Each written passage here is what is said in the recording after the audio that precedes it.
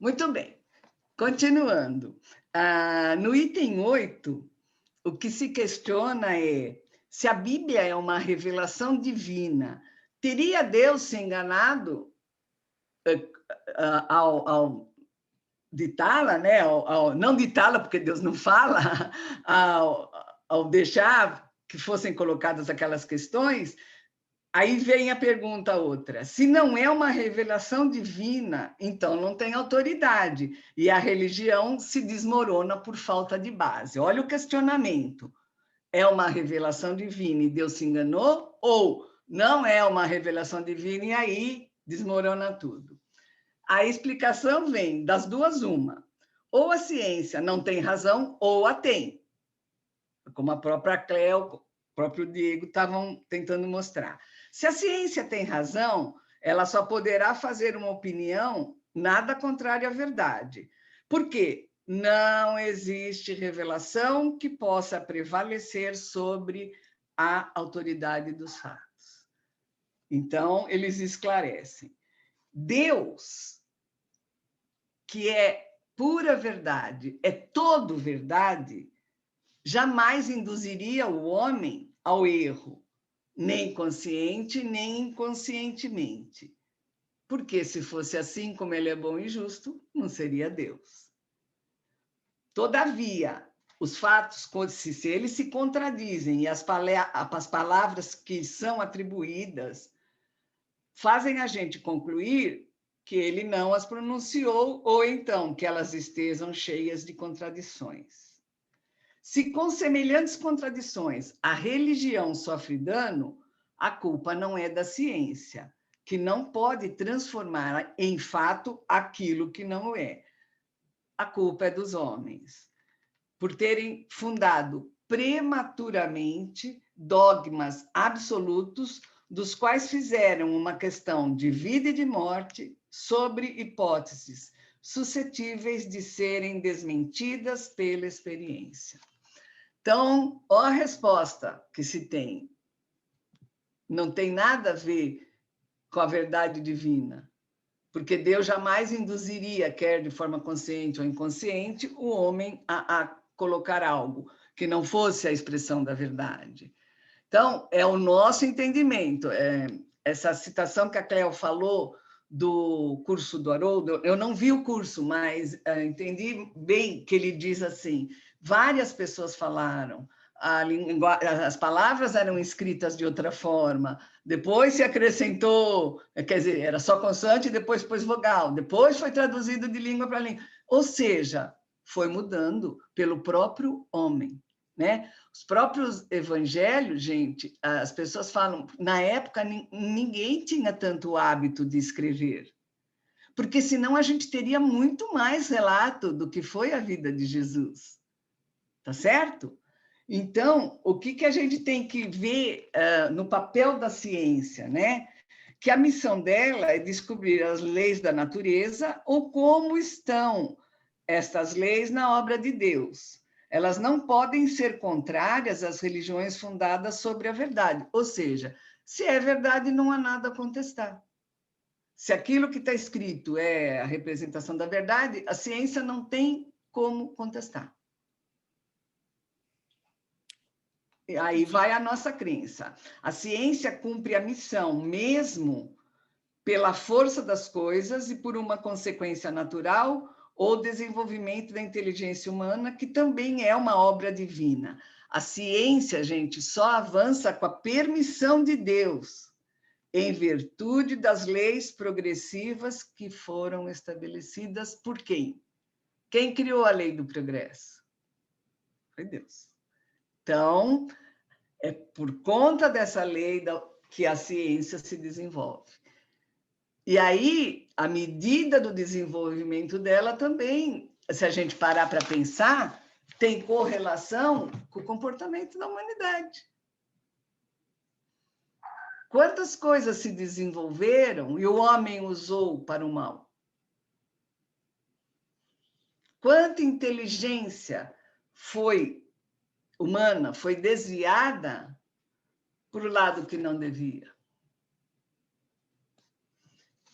Então, a gente diz assim, somente as religiões estacionárias podem temer as descobertas da ciência. Por quê? Ela não vai contestar nada que tiver correto.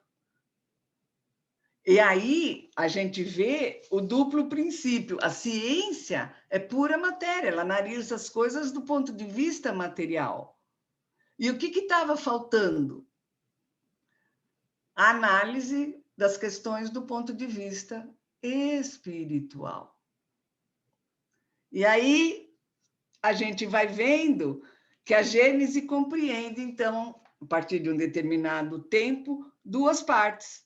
A história da formação do mundo material, com a criação dos planetas, das galáxias, das estrelas, e nós vamos ter tempo para ver tudo isso, que daqui a pouco está chegando esse estudo, e a humanidade considerada em seu duplo princípio, corporal e espiritual. Então, a ciência se limita à pesquisa das leis que regem a matéria no homem. Estuda apenas o seu envoltório carnal, que é este corpo físico que um dia não significa nada. Hoje somos gratas aos nossos corpos que nos permitem a presente encarnação e o aprendizado que a gente precisa ter para evoluir, né? Mas a história do homem, considerado como um ser espiritual, prende-se a uma ordem especial de ideias, que não é do domínio da ciência propriamente dito, né? E está aí o motivo e o objeto de suas investigações. Então, o que ela quer dizer? O que esse texto quer dizer para a gente? Que toda questão que mais intriga o ser humano é ele saber para onde ele vai, de onde ele veio, porque isso sempre foi o grande questionamento humano, né? De onde vim, para onde vou, né? O que importa como é que eu já vivi, como será que eu vou viver ainda, que sorte me está reservada. Então, sobre essas questões, a ciência é muda, ela não tem como nos falar nada. A gente só vai conhecer questões como essa, de onde viemos, para onde vamos, quando se desenvolve o despertar da nossa razão e quando vai sendo codificada a doutrina. Acreditar na imortalidade das almas é bem antigo. Muitas ciências e muitos filósofos e muitos pesquisadores e pensadores acreditavam, mas não da forma como a doutrina concebe, né? Que a alma é imortal, na pluralidade das vidas. Então, essa questão se diferencia aqui no estudo que a gente faz. Os itens 13 e 14 chamam a atenção da gente para o despertar da razão. E eu achei bonito hoje no texto do Lázaro, no Evangelho, falar que a obediência é a concordância da razão. Né? É quando a nossa, por exemplo, tem um aspecto muito lindo da vida de Paulo, de Tarso. Ele estava numa cidade quando ele foi muito perseguido, porque ele conseguiu lá dominar uma pitonisa que tinha um espírito do mal, mas ela ganhava dinheiro e ela dava consulta para a população toda para falar como seria a vida deles, e com ele dominando esse mal, passaram a acreditar que Paulo tinha afastado os espíritos daquela região e que Deus não estava mais lá presente com as pessoas. Enfim, ele foi muito atacado e foi preso, claro que injustamente, né? E diz que na cadeia ele estava muito machucado, ele não teve nenhum atendimento médico que pudesse curá-lo. E aí ele estava com Silas, que era um grande amigo e que também estava machucado e que também estava preso indevidamente. Chovia muito lá fora, e aí Paulo começou a orar e Silas foi acompanhando. E os outros presos, ao perceber o fervor da oração, começaram a acompanhar também esta oração. E todo mundo foi orando, todos os presos da cadeia. E aí, de repente, as portas das celas se abriram. E Paulo percebeu o recado de Deus. Ele saiu da cela e foi para perto das outras celas, entendendo que precisaria passar a mensagem mais próximo das pessoas. Que Paulo, como todo mundo sabe, foi o grande propagador das ideias do Cristo, né? Então, ele se aproxima das outras celas e aí ele fala para as pessoas. Eu achei lindo isso, e tem a ligação com obediência e com resignação. Ele falou assim: todas as portas estão abertas, mas se alguém praticou um erro e a sua razão diz que você está aqui porque você errou, não saiam desta cela. E se alguém está aqui e é inocente, não saia também. Veja só. Todas as celas abertas. Todo mundo preso, era para ter formado uma senhora rebelião. E ele vai acalmando os corações e pede que não saiam aqueles que são culpados, porque sua razão lhe diz: tá certo, eu estou aqui, eu errei. Mas também não saiam aqueles que são inocentes, porque o tempo vai mostrar, alguém vai perceber essa inocência. Porque o seu coração está pedindo, você tem que passar por isso aqui por algum motivo. Olha a resignação, gente. Fica preso de forma inocente. E ninguém saiu. E quando o carcereiro chegou, o carcereiro entrou em desespero. Quando viu todas as portas abertas, falou: mas quem abriu? Era ele? Ele seria cobrado pelos superiores dele. Aí ele foi vendo que nenhum preso tinha fugido. Todas as portas estavam abertas e todos os presos estavam lá. E aí ele falou: ninguém vai acreditar em mim. E ele tentou suicidar-se. E aí Paulo foi, conversou com ele, falou: não faça isso, parar. Tanto que ele acaba cuidando das feridas de Paulo e de Silas, né? Mas vejam o que é obediência e resignação a uma lei. Né? Quem já leu Paulo e Estevão, com certeza pega uma parte dessa história, mas só para a gente ver como é interessante esse contexto da gente agir com a razão. E aqui está dizendo que a ciência desperta em nós a razão. Eu só contei essa passagem porque para estudar obediência e resignação também tinha essa história de Paulo, que eu achei que eu ia complicar muito, Lázaro, Paulo, os amigos, então não a contei. Mas é muito interessante pensar assim, né? E saber que ele pensou assim lá naquela época. Então, aqui diz assim: todas as religiões estão de acordo com o princípio da existência da alma, mas nem todas demonstram. O que elas não concordam, nem sempre, é com a sua origem, é sobre seu passado, sobre o porvir, sobre o que é essencial. Ou seja, todo mundo, de uma forma ou de outra, está coerente e acreditando na existência da alma. As religiões fazem, na maior parte, do seu porvir um quadro imposto à crença de seus adeptos, que só pode ser aceito pela fé cega. O que vai ser de mim depende daquilo que eu fizer, mas imposto pela fé cega. No caso da gente que age com a fé raciocinada, nós entendemos que sim, o que vai ser da gente depende do que a gente fizer hoje, o que vai ser amanhã, mas porque a gente sabe que o nosso livre-arbítrio nos permite fazer as escolhas. Então, ninguém está impondo nada, nós estamos escolhendo. Então, é muito importante a gente pensar nessa questão. E todas essas divergências que se referem ao que será do nosso amanhã, do amanhã do ser humano, né, nascem da dúvida e da incredulidade. Então, aí as pessoas, quanto mais querem saber, e agora, como vai ser, como fica, elas vão procurando, então, aí compreender, vão procurando estudar. Essa incredulidade deixa um vazio nas pessoas. Porque você não tem resposta. De onde eu vim? Para onde eu vou? Como vai ser amanhã? O que será que eu fiz? Né?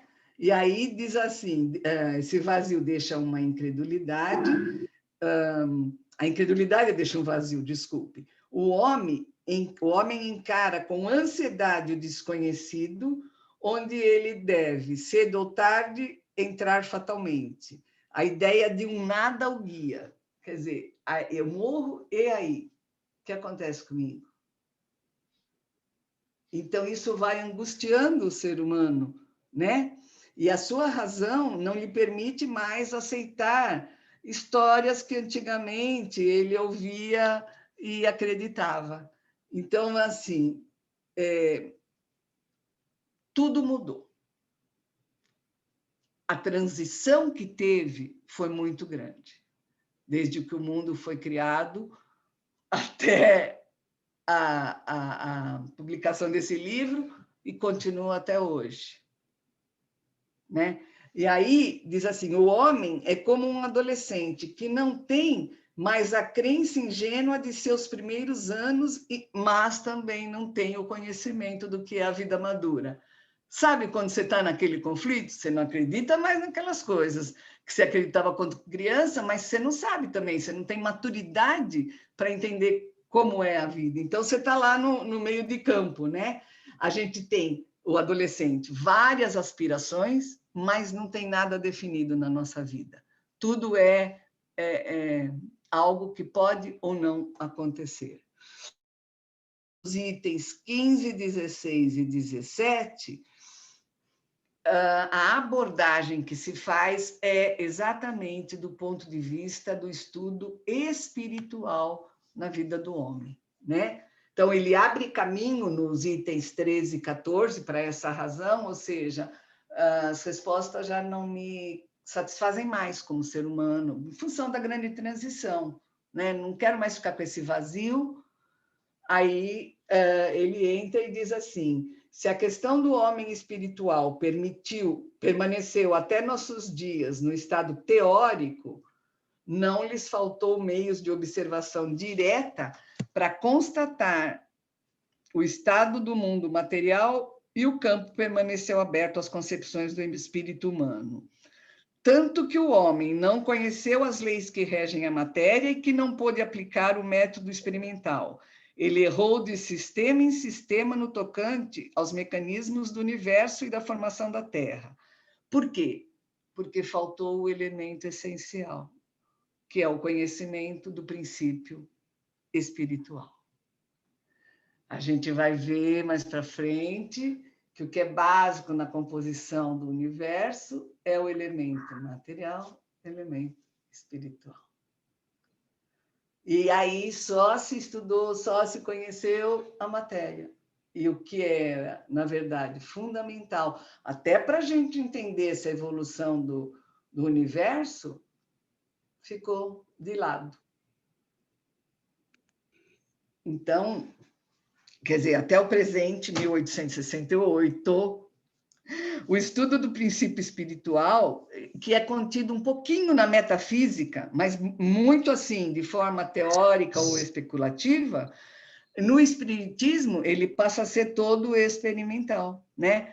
Com a ajuda da faculdade medianímica, ou seja, a mediunidade começa a despontar novas descobertas. O Diego citou aí um estudo e a pessoa que se desdobrava, nós falamos na semana passada e na semana retrasada, no desdobramento de Eurípides Barçanufo, que estava dando uma aula e acompanhando o estourar da Primeira Guerra Mundial. Nós falamos em Santo Antônio de Pádua, nós falamos em tantos outros espíritos que se desdobram, né, naquela bicorporeidade. Então, não tinha nada disso, né? A metafísica explorava isso gradativamente. Então, a mediunidade passou a ser melhor estudada, o homem se encontrou na posse de um novo instrumento de observação. Então, eles equivalem que a mediunidade tem sido para o mundo espiritual o que o telescópio, olha, gente, é para o mundo material. Olha que lindo! O telescópio nos permite ver maior, ver grande, mas ele não nasceu antes de nascer o telescópio, teve lá aquele outro aparelho, que eu já esqueci o nome de novo, que alguém me lembrou, que mostra lá que você começava a luneta, depois não sei o quê, depois foi indo, astrolábio, lembrei. Astrolábio. Isso, mas lembrei. Muito bem. E aí chegou o telescópio. Então, olha que lindo. O telescópio permite a gente a descoberta, vou analisar esse universo infinito, as estrelas, o Sol, a grandeza dos astros. E a mediunidade nos permite estudar o mundo espiritual. Ela permite estudar e explorar, por assim dizer, a visão das relações do mundo com o corporal. Olha que lindo. Né? Isolar no homem vidente o ser inteligente e o ser material, e vê-los agir separadamente. Uma vez em relação com os habitantes deste mundo, pôde-se seguir a alma na sua marcha ascendente, em suas migrações, em suas transformações. Pôde-se, enfim, estudar o elemento espiritual. Eis o que faltava aos precedentes comentaristas da Gênese para compreendê-la e retificar seus erros. Olha que interessante. Então, a parte da doutrina, a codificação que teve a nossa doutrina. Aliás, quem viu aquele documentário sobre Kardec na quinta-feira, na Cultura? Tá. Eu também tentei assistir, não sei quantos são episódios, mas a gente revê um monte de coisa lá, né? No começo ele parece esquisito, é narrado lá em francês, com sotaque francês, é legendado, mas tem lá uma série de questões que a gente já viu, já teve a oportunidade de estudar. E finalizando esse contexto da importância e do papel da ciência na Gênese, nós temos aqui o mundo espiritual e o mundo material, que estão em contato incessante, são solidários um com o outro. Todos os dois têm sua parte na ação da Gênese. Sem o conhecimento das leis que legem o mundo espiritual, é impossível constituir uma Gênese completa. Atualmente, o homem possui os dois elementos próprios para lançar a luz sobre este imenso problema. Era preciso, com toda necessidade, essas duas chaves para encontrar uma solução, mesmo aproximativa.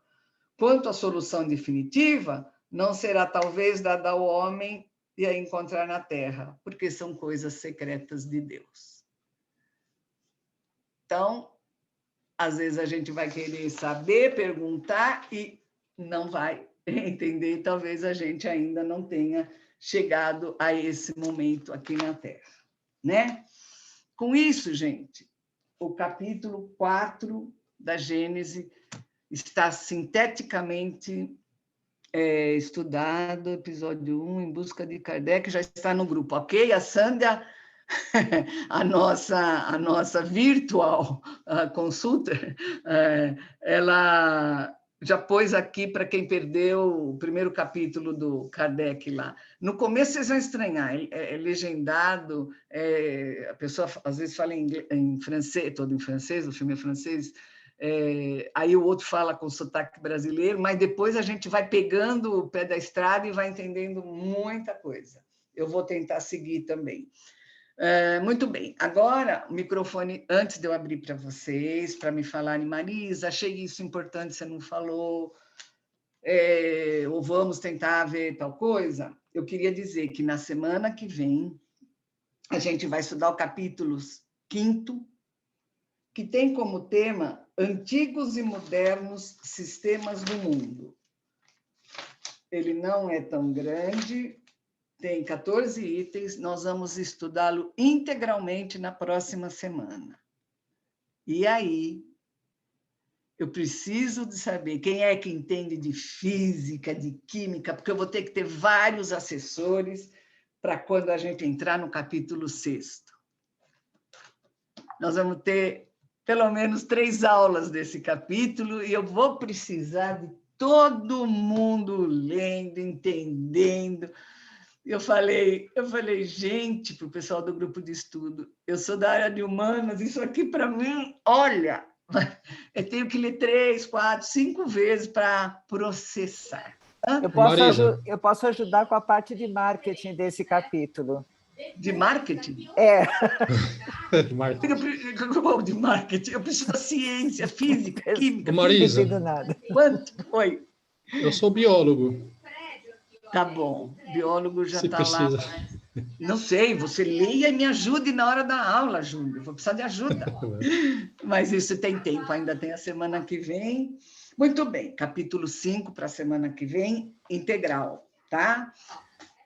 Se a gente puder deixar em algum lugar ou no nosso grupo, Sandra, porque as pessoas que não estão aí, obrigada, você já deve ter colocado, que eu não tenho a paciência de ler tudo. Oi, Dadá. Seu microfone está fechado, querida. É a Dadá que está... Isso, para complementar esse capítulo que a gente acabou de ver, no Livro dos Espíritos, Introdução ao Estudo da Doutrina Espírita, item 7 fala a ciência e o espiritismo. Ajuda. Bárbaro, gente. Muito bom. E geógrafa pode ser que te ajude em alguma coisa também. Dá uma olhada, a Sandra já está pondo. A Sandra já está pondo a tua indicação, Dadá. Obrigada. E também agradecer que a Dadá toda semana põe um vídeo lá do estudo da Gênese, né? Ela põe o vídeo da palestrante da Seara, que também fala bem bacana, ela detalha bem. Estou gostando bastante. Eu assisto todo... O vídeo é curtinho, né? Porque é bom. Curtinho. E ela está atrasada em relação a nós, né? Porque ela está no primeiro... Não tem problema, porque a hora que a gente revê, a gente relembra, reconceitua, tá tranquilo. Eu vejo todas as vezes que você manda. Fala, Áurea, isso é mãozinha erguida? Não, eu assisti uma palestra do Arthur Valadares, aquele jovem, e ele falou sobre... Ele é uma graça. Ele falou muito a respeito desse capítulo, o papel da ciência na Gênese. E ele começa a palestra dele colocando o Livro dos Espíritos em algumas questões que ajudaram muito para que você vê que o Livro dos Espíritos foi o primeiro lançado. A Gênese foi o último, que deveria ser o primeiro. Ele colocou como assim. Né? Dá 10 anos de diferença. Então, e aí ele fez uma comparação, colocando algumas questões do Livro dos Espíritos. Vale a pena assistir esse vídeo palestra do Arthur Valadares, qual é o título? Que ele fala sobre o papel da ciência na Gênese. Ele foi muito claro, e eu gostei demais da colocação dele. Olha, eu tenho a impressão que até a gente desligar todo o artefato tecnológico, nos despedirmos, mandarmos beijos, a palestra já estará nos nossos celulares. Sim, tenho a impressão que tem alguém lá que já está. Qual que é o nome da palestra? Eu já estou vendo o dedinho dela lá, ó. Olha o dedinho mágico. O dedinho, parece... Obrigada, Áurea. Tudo isso vale a pena. Muito na nossa compreensão, né? Então, ver vídeos, assistir palestras, ler os livros dos médios, as perguntas. Como a Áurea lembrou, o livro dos médios foi o primeiro, né? E a gente... Livro dos Espíritos. Livro dos Espíritos. Desculpa. Desculpa. Foi o primeiro a ser escrito, e a Gênese 10 anos depois. Então, muita coisa também foi renovada e redefinida nesse período de 10 anos, né? Mas é impressionante o que ele colocou, as questões que ele colocou do livro dos Espíritos, comparando com a Gênese, é espetacular. Você tem um entendimento assim, muito legal. Muito bom. Então, fica um desafio. Vamos achar palestras que nos façam entender a uranologia.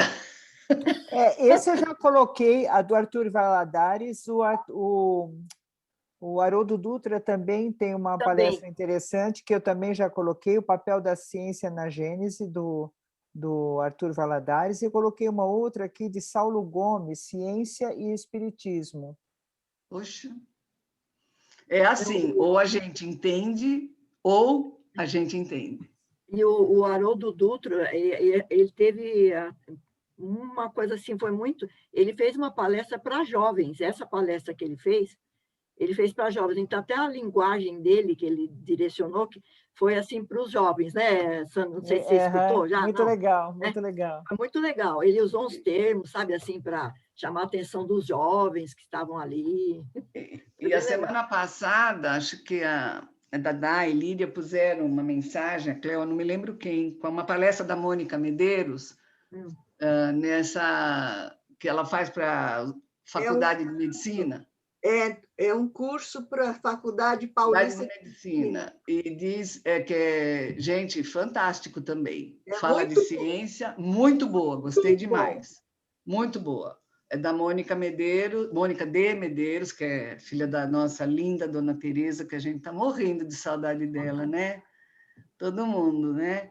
E então é isso. Muito bem. Que mais, meu povo? Olha quantas contribuições, estou adorando. Se ele escreveu para os jovens, então foi para nós. Tá vendo? Isso! As nossas almas são jovens, porque os jovens gostam de aprender. Então, escreveu para nós. Eu muito bem lembrada dessa observação dos jovens. Aos corações. Feliz. Falei direto aos corações. Falou direto para nós. Meu Deus. Então, a Sandra me avisou que faltavam 10 minutos, agora faltam 3 para encerrar, né, Sandra? Isso. Temos mais algum questionamento, alguma contribuição? Lembrando todo mundo, obrigada pela presença, mesmo nestes momentos difíceis que todos estão vivendo. A semana passada eu já disse isso, hoje eu repito. É um teste aí para a gente. Que bom que a gente pode estar junto, renovando a nossa fé, né? Ter vocês aí é muito bom sempre, viu? Ter você também é uma maravilha. Mas tem coisa difícil que vem pela frente. Todos nós, a saudade é muito grande de ver pessoalmente, abraçar. Ai, né? Um abraço. Agora todo mundo abraçando. Hoje a gente foi perguntar... Vamos abraçar. Vamos abraçar agora. Hoje a gente foi perguntado no Evangelho como que nós estávamos fazendo. Oh, meu amor! Ai, que graça! Que a gente contar para alguém, ninguém vai acreditar. É muito linda, gente. Nosso estudo é fora de série. Pode tirar, mas tá no carro. Tava bom o parque, Alice? Tava bom? Tava bom, querida? Nossa! Ai, que charme! Ai, que charme! É uma questão de charme. Não. É uma questão de charme, vocês desculpem. Charme é charme. O que vai fazer, não? Ai, Diego, você mata nosso coração desse jeito. Tá uma figura. Tem que ver a irmã rindo dela agora, que aprendeu a rir só dela. Ah, meu pai. Coisa mais linda. Oh, meu Deus. Que é isso? Muito linda. Olha, eu nem sei mais o que eu estava falando. Eu sei que eu ia dar tchau, mas eu ia falar alguma outra coisa. Fiquem com Deus. Boa semana. Tchau, pessoal. Já vai acabar o tempo nosso. Obrigada, gratidão. Tchau, tchau. Boa semana. Boa semana. Boa semana. Tchau. Tchau.